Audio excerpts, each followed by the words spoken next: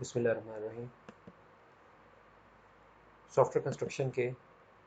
आज के लेक्चर के अंदर हम कुछ मज़ीद कॉन्सेप्ट्स देखेंगे पॉलीमॉर्फिज़म के। और आज जो है वो पॉलीमॉर्फिज़म एंड इनहेरिटेंस चैप्टर नंबर 10 का पार्ट 4 है, जिसके अंदर हम बिसाइड्स मेजर कॉन्सेप्ट्स कुछ साइड कॉन्सेप्ट्स को कवर करेंगे जिनकी एक अपनी बहुत ज़्यादा सिग्निफिकेंस है। ये इस चैप्टर के ऑब्जेक्टिव्स थे जो हमने कवर किए, और इनके हवाले से मैंने डिटेल में आपको पार्ट 1 के अंदर बताया था। आज के जो उनसे लर्निंग ऑब्जेक्टिव हम कवर करने जा रहे हैं वो बेसिकली ये 3 हैं। नंबर 1 विल बी रिव्यूइंग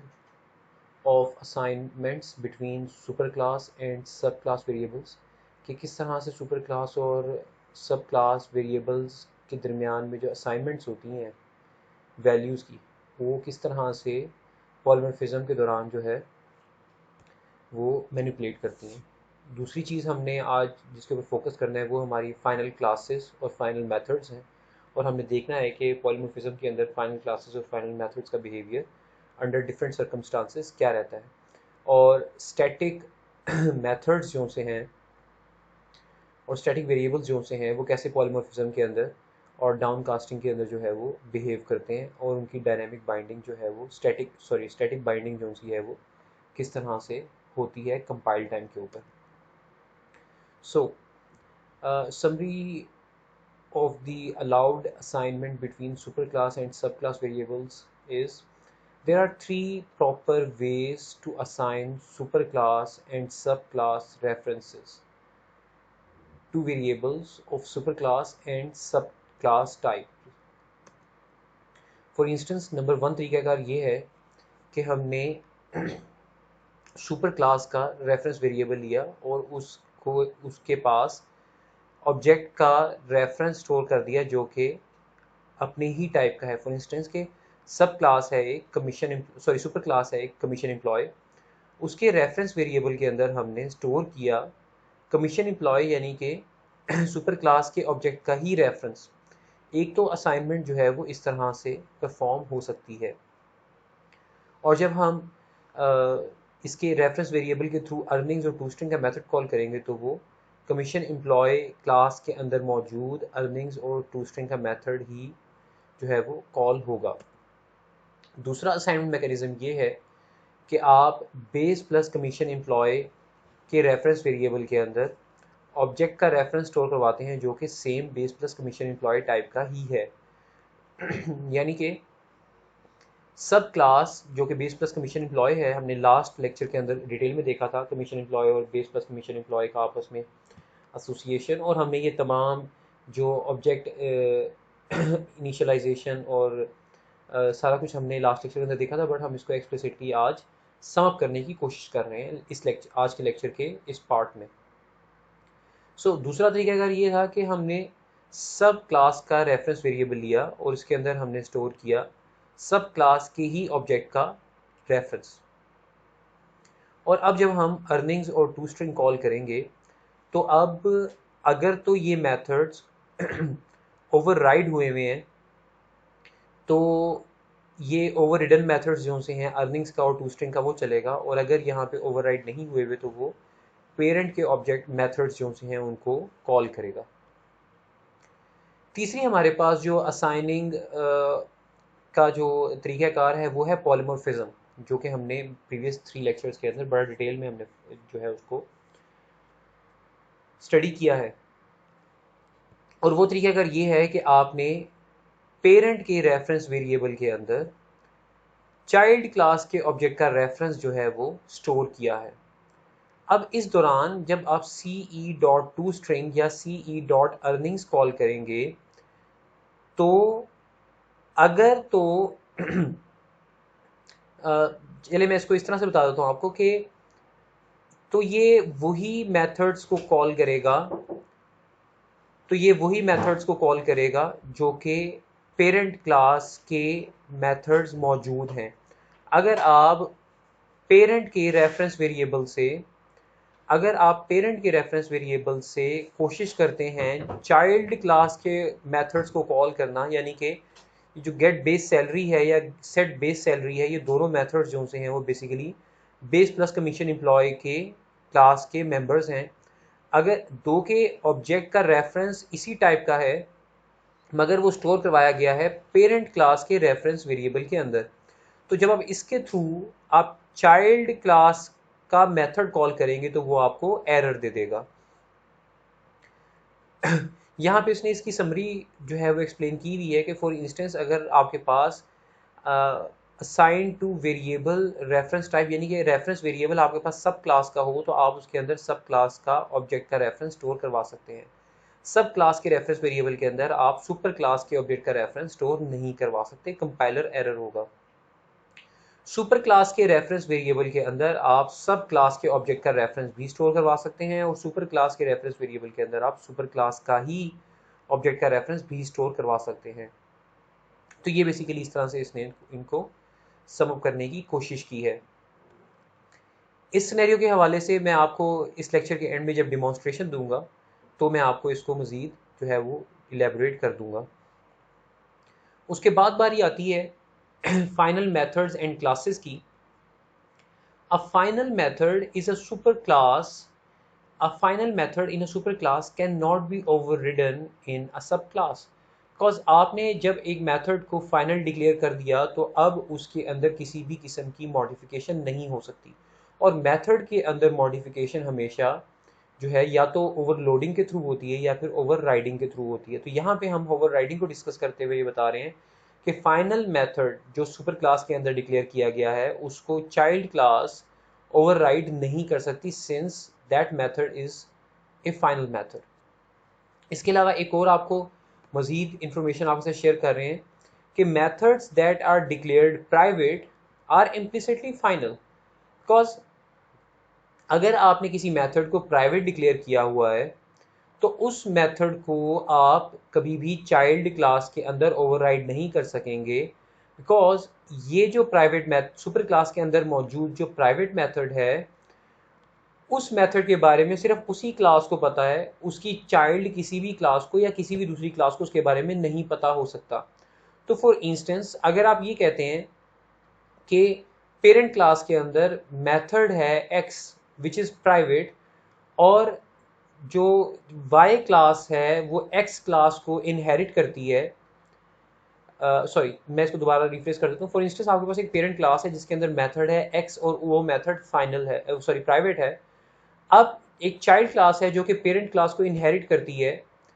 तो अगर वो विद सेम सिग्नेचर, यानी कि for instance private void x के लिहाज से, अगर सिग्नेचर के लिहाज से विद सेम इवन के नंबर ऑफ आर्गुमेंट्स, वो उसको ओवरराइड करने की कोशिश करेगी तो वो बेसिकली ओवरराइड नहीं कर रही। ये जो चाइल्ड क्लास है ये अपना ही एक ओरिजिनल मेथड जो है वो एक्स नाम का जनरेट कर रही है, बिकॉज चाइल्ड क्लास को कभी भी ये पता नहीं होगा कि पेरेंट क्लास के अंदर जो है कोई प्राइवेट मेथड जो है वो एग्जिस्ट करता है। सिंस पेरेंट क्लास के अंदर कोई प्राइवेट मेथड एग्जिस्ट करता है ऐसा किसी को नहीं पता बिसाइड्स दैट दैट क्लास, तो कभी भी उसको ओवरराइड नहीं किया जा सकता। अगर सेम सिग्नेचर के साथ चाइल्ड क्लास उसी तरह का एक मेथड बनाए विद डिफरेंट फंक्शनैलिटी तो वो उसको ओवरराइड नहीं कर रही, वो अपना एक ओरिजिनल मेथड बना रही है जिसका signature looks similar to the method of the parent class, but this is not overriding since again मैं कह रहा हूँ कि चाइल्ड क्लास को नहीं कभी भी एक्सेस मिल सकती पेरेंट के प्राइवेट मेथड की। तो इससे हमें ये पता लगा कि जो प्राइवेट मेथड डिक्लेयर होता है वो भी फाइनल होता है, बिकॉज प्राइवेट मेथड को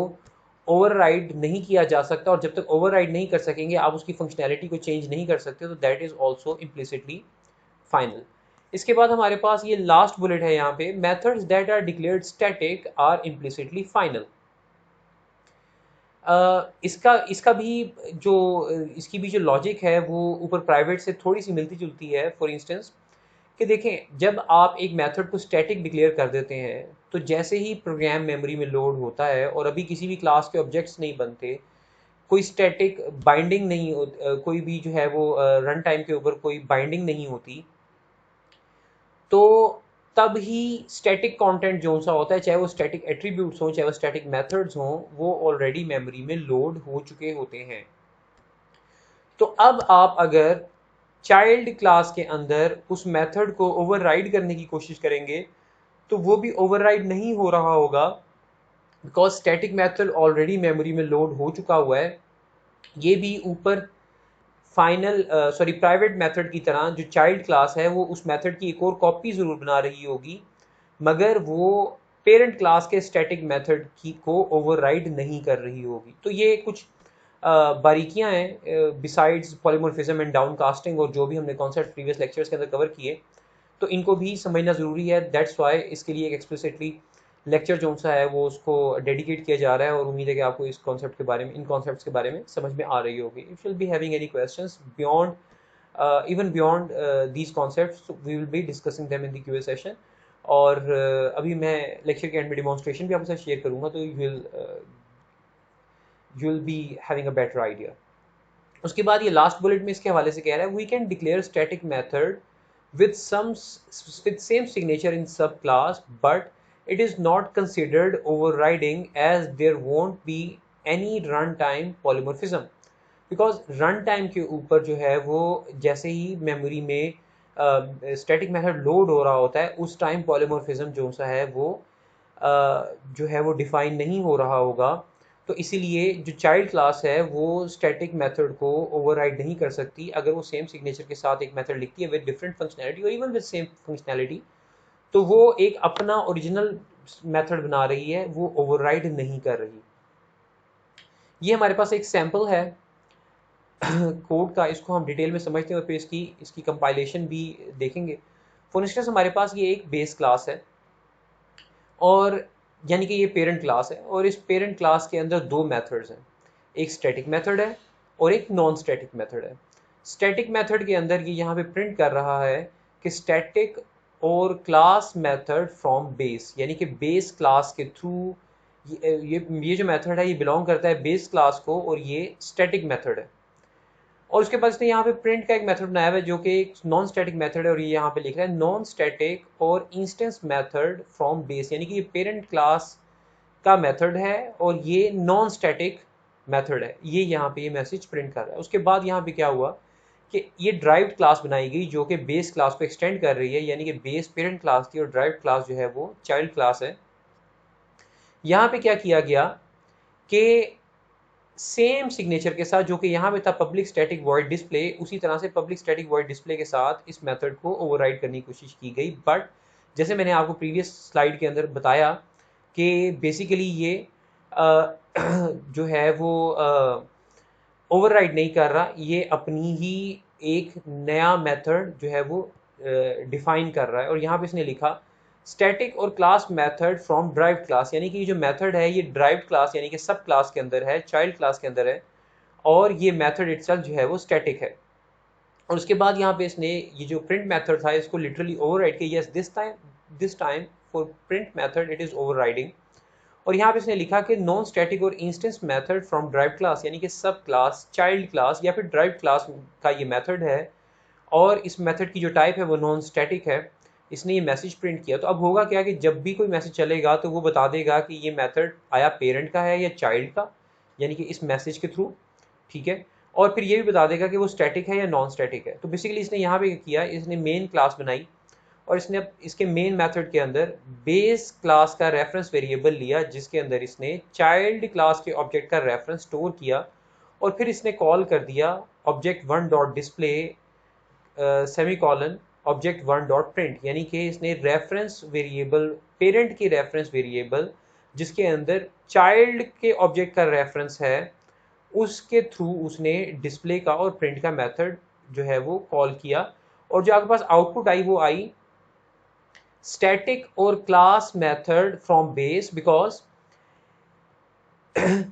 इस रेफरेंस वेरिएबल को ये नहीं पता कि ये जो डिस्प्ले का मेथड है ये जो डिस्प्ले का मेथड है इसके बारे में इसको नहीं, अब ये जो base object one is equal to new derived के थ्रू जो इसने ऑब्जेक्ट बनाया हुआ है और इसने इसका जो object one dot display call किया है, इस डिस्प्ले मेथड को ने जो है वो अपनी क्लास में मौजूद जो है वो स्टैटिक मेथड को कॉल किया है, ना कि चाइल्ड क्लास के स्टैटिक मेथड को। बिकॉज इसने यहाँ पे हमें प्रीवियस यहाँ स्लाइड में बताया था कि we can declare static method with same signature in subclass, but it is not considered overriding as there won't be any runtime polymorphism, because runtime के ऊपर polymorphism जो है वो डिफाइन नहीं होता, पॉलीमॉर्फिज्म रन टाइम के ऊपर पॉलीमॉर्फिज्म नहीं था, तो इसने उसको ये लगा कि चाइल्ड क्लास के अंदर कोई ऐसा मेथड नहीं है with the name with the same signature of display method. तो इसने ये समझा कि ये जो मेथड कॉल किया जा रहा है ये मेरी क्लास के अंदर मौजूद, पेरेंट क्लास के अंदर मौजूद मेथड को ही कॉल किया जा रहा है। तो इसने बेसिकली स्टैटिक और क्लास मेथड फ्रॉम बेस यानी कि ये मेथड जो सा है उसको एग्जीक्यूट कर दिया। और दूसरी तरह जब उसने प्रिंट का मेथड कॉल किया तो अब ये यहाँ पे कह रहा है नॉन स्टैटिक और instance method from derived, because ये जो प्रिंट का मेथड था ये नॉन स्टैटिक मेथड था। तो यहाँ पे जो पॉलीमॉर्फिज्म थी वो अप्लाई हो गई, उसको पता लग गया कि अब ये जो ऑब्जेक्ट कॉल, जिस ऑब्जेक्ट के थ्रू कॉल किया जा रहा है, इस ऑब्जेक्ट के अंदर चाइल्ड क्लास के अंदर जो है प्रिंट की अपनी ओवररिडन वर्जन मौजूद है मेथड का, प्रिंट मेथड का। तो इसने उसको कॉल करते हुए ये मैसेज प्रिंट करवा दिया, जो कि आप देख सकते हैं कि एग्जैक्टली ये वाला मेथड है और ये प्रिंट मैसेज है। अब अगर मैं आपको क्विकली इसकी वो दिखाऊं डिमॉन्स्ट्रेशन, तो मैं यहाँ पे आपको ये बता देता हूँ कि ये आपके पास बेस क्लास है जिसके अंदर ये डिस्प्ले मेथड है स्टैटिक, ठीक है। और उसके बाद अगर आप नीचे आए तो इसका अपना प्रिंट मेथड है जो मैंने अभी आपको स्लाइड से एक्सप्लेन किया। और फिर यहाँ पे ये ड्राइव्ड क्लास आ जाती है जो कि एक्सटेंड कर रही है बेस क्लास को, और इसके अंदर ये डिस्प्ले का मेथड है। और डिस्प्ले का मेथड जो सा है वो दो के देखने में, जैसे हमने अभी बड़े डिटेल में डिस्कस किया, कि ये लगता है कि ये ओवररिडन मेथड है, but due to the static binding के हवाले जो एक जो रन टाइम पॉलीमॉर्फिज्म के हवाले से जो इशू है, उस वजह से ये बेसिकली जो है वो ओवरराइडिंग नहीं है, ये इसका एक ओरिजिनल अपना मेथड है। उसके बाद ये प्रिंट मेथड जो कि लिटरली ओवरराइडिंग है, ठीक है। ये यहाँ पे मौजूद है ओवररिडन मेथड प्रिंट, ये मेथड जो कि ओवरराइड किया गया है इसको। और ये जो प्रिंट मेथड है, इसके प्रिंटिंग मेथड है, इसके बारे में मैं आपसे बाद में बात करूंगा। ये जो प्रिंटिंग लास्ट मेथड है इसके बारे में आपसे बाद में बात करूंगा। बट उसके बाद मैंने यहाँ पे लिटरली क्या किया हुआ है डेलिबरेटली, कि मैंने एक बेस टाइप का रेफरेंस वेरिएबल लिया और इसमें मैंने जो है वो ड्राइव्ड क्लास के ऑब्जेक्ट का रेफरेंस जो है स्टोर करवाया, यानी कि यहाँ पे मैंने पॉलीमॉर्फिज्म अप्लाई किया। यहाँ पे मैंने सिंपल बेस का ऑब्जेक्ट बनाया और उसके थ्रू मेथड कॉल किए, और यहाँ मैंने ड्राइव का ऑब्जेक्ट बनाया और मैंने यहाँ पे इसके मेथड्स कॉल किए। मैंने अगेन कह रहा हूँ कि इसके बारे में मैं आपसे एंड में बात करूँगा। ऑलराइट, अब जब मैं इसको जो है वो रन करता हूँ तो इसने क्या किया कि स्टैटिक और क्लास मेथड फ्रॉम बेस, यानी कि इसने इस जो है इंस्ट्रक्शन की बेस पे ड्राइव्ड क्लास का मेथड कॉल नहीं किया, बल्कि बेस क्लास का जो मेथड है उसको कॉल किया। फिर उसके बाद इसने जब यहाँ पे प्रिंट की स्टेटमेंट कॉल की तो इसने बेसिकली ओवररिडन मेथड, जो नॉन स्टैटिक ओवररिडन मेथड था चाइल्ड का यानी कि ड्राइव्ड क्लास का, उसको कॉल किया। फिर ये जो सेकंड हमारा सिनेरियो है, सिंपल सिनेरियो बेस क्लास का, उसने उसकी बेस के ऊपर यहाँ पे दिखा दिया हमें कि बेस का स्टैटिक मेथड जो है वो कॉल हुआ है, और फिर बेस का ही जो है वो प्रिंट मेथड कॉल हुआ है। और फिर एंड पे जो ड्राइव्ड क्लास है उसके अंदर इसने क्या किया कि सिंपली दिखा रहा है कि ड्राइव्ड का ही जो है वो स्टैटिक मेथड कॉल हुआ है और ड्राइव्ड का ही जो है वो प्रिंट मेथड ओवररिडन जो है वो कॉल हुआ है। बिकॉज ये सिनेरियो, जिसके ऊपर वाला सिनेरियो है वो सिंपल सिनेरियोज हैं, और इस जो फर्स्ट सिनेरियो था वो पॉलीमॉर्फिज्म का सिनेरियो है। अच्छा, इसके बाद मैं जो आपको एक और चीज़ दिखाना चाह रहा था, फॉर इंस्टेंस अब ये जो लास्ट मेथड है प्रिंटिंग के नाम से, ये मैंने यहाँ पे जान के ड्राइव्ड क्लास के अंदर बनाया। यानी कि ये एक यूनिक मेथड था प्रिंटिंग जो कि पेरेंट का नहीं था, चाइल्ड का अपना मेथड था। और ये ऐसा भी नहीं था कि पेरेंट से ओवरराइड किया गया था, ये प्रिंटिंग एक अपना ड्राइव क्लास का ओरिजिनल मेथड था जो कि सेम सिग्नेचर के साथ किसी भी लिहाज से पेरेंट बेस क्लास के अंदर एग्जिस्ट नहीं करता था। अब मैंने जब ये ड्राइव्ड क्लास का ऑब्जेक्ट बनाया तो मैंने उसके थ्रू जो है वो प्रिंटिंग का मेथड कॉल किया। जब मैंने प्रिंटिंग का यानी कि मैंने इस क्लास का ऑब्जेक्ट बनाया और इसके थ्रू प्रिंटिंग का मेथड कॉल किया और यहाँ पे प्रिंट हो रहा है व्हाट इज़ माय नेम। और यहाँ पे आप अगर एंड पे देखें तो यहाँ पे ये मैसेज प्रिंट हो गया। बट अगर यही काम हम करने की कोशिश करें फॉर इंस्टेंस यहाँ पॉलीमॉर्फिज्म के अंदर, और इवन कि मैं ये वाला इशू भी रिजॉल्व कर दूं, ऑब्जेक्ट वन यहाँ डिक्लेयर कर दूं, स्टिल ये प्रिंटिंग मेथड के ऊपर एरर दे रहा है। आप अगर ये गौर से देखें तो ये जो ऑब्जेक्ट है ये ड्राइव्ड क्लास का ही है जिसके अंदर प्रिंटिंग मेथड मौजूद होता है, लेकिन हमने क्योंकि इस ऑब्जेक्ट का रेफरेंस जो है वो बेस क्लास के रेफरेंस वेरिएबल के अंदर स्टोर करवाया हुआ है, तो हम इस ऑब्जेक्ट वन के थ्रू सिर्फ वही मेथड कॉल कर सकते हैं जो या तो बेस क्लास के थ्रू इनहेरिट हुए में ड्राइव्ड के अंदर, या फिर ओवर रिडन है ड्राइव क्लास के अंदर। तो इन दो तरह के जो है मेथड्स वही कॉल हो सकेंगे। अगर आप इस तरह से ड्राइव क्लास का एक अपना यूनिक मेथड कॉल करने की कोशिश करेंगे तो वो एरर दे देगा, जो कि यहाँ पे अगर आप देखें अगर आप यहाँ पे पढ़ें इस एरर को, can not find symbol method printing, कि हमें इसके थ्रू जो है वो प्रिंटिंग मेथड नहीं मिल पा रहा, हालांकि वो ड्राइव क्लास के अंदर मौजूद है, मगर क्योंकि इसका ऑब्जेक्ट का रेफरेंस जो है वो बेस क्लास के रेफरेंस वेरिएबल के अंदर स्टोर है, तो सिर्फ और सिर्फ या तो बेस क्लास में मौजूद मेथड्स जो ड्राइव क्लास में इनहेरिट हुए हैं वो कॉल हो सकेंगे, या फिर जो बेस क्लास के अंदर मौजूद मेथड्स है जिनको ड्राइव क्लास के अंदर ओवरराइड किया गया है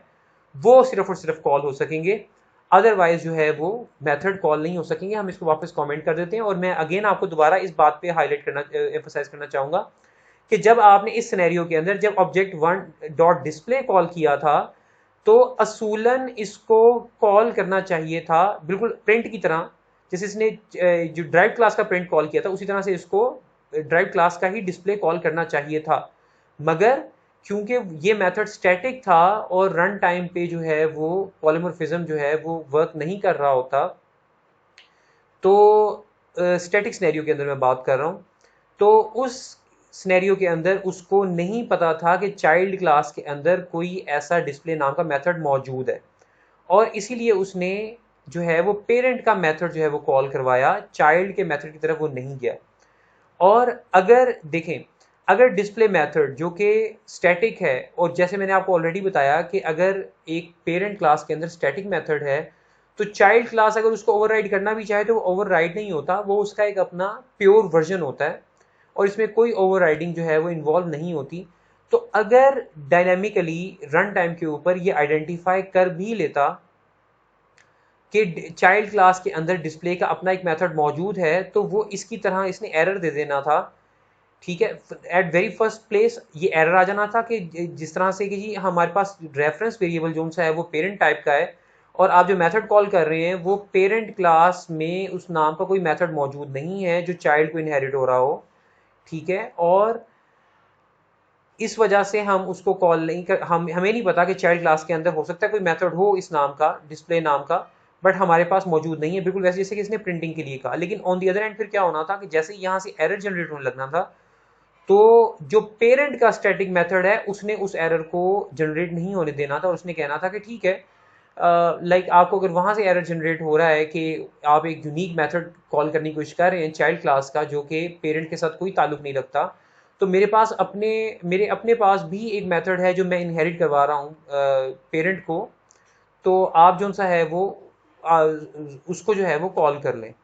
तो this is how things work. I just hope कि आपको इस बारे में समझ में आई होगी। If you have any question will be covering them in the QA session, let's see. तो ये बेसिकली हमारे पास कोड था जिसकी मैंने आपको डिमॉन्स्ट्रेशन दी। यहाँ पे सिर्फ एक पॉलीमॉर्फिज्म की बेस के ऊपर था, मगर मैंने आपको वो तीनों तरीक़ाकार वेरिएबल असाइनमेंट की जो हमने इस लेक्चर के शुरू में देखा था वो उसकी डिमॉन्स्ट्रेशन भी दे दी, और आपको मेथड कॉल के अंदर जो डिफरेंसेस आए स्टैटिक की वजह से वो भी आपको क्लियर करने की कोशिश की। उम्मीद आपको समझ में आई होगी। इसके बाद हमारे पास फाइनल मेथड और क्लास के हवाले से ये कुछ इंफॉर्मेशन है, will just try to cover it up and will try to understand. Number one, ये बुलेट के अंदर कह रहा है कि a final class can not be extended to create a sub class. अगर एक क्लास को आपने फाइनल डिक्लेयर किया हुआ है तो उस क्लास को आप इनहेरिट नहीं कर सकते. All methods in a final class are implicitly final. एक क्लास जो कि आपने फाइनल डिक्लेयर की हुई है उसके अंदर मौजूद जितने भी मेथड्स होंगे वो ऑटोमेटिकली इम्प्लिसिटली जो है वो फाइनल डिक्लेयर हो जाएंगे, उनको आप जो है वो ओवरराइड भी नहीं कर सकेंगे, जो कि हमने कुछ स्लाइड्स पहले हमने कॉन्सेप्ट कवर किया.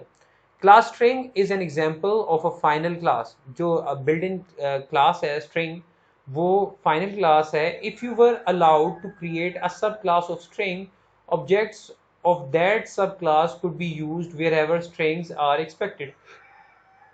तो आप बेसिकली अगर स्ट्रिंग क्लास जो फाइनल ना डिक्लेयर की होती तो आप उसको इनहेरिट भी कर सकते थे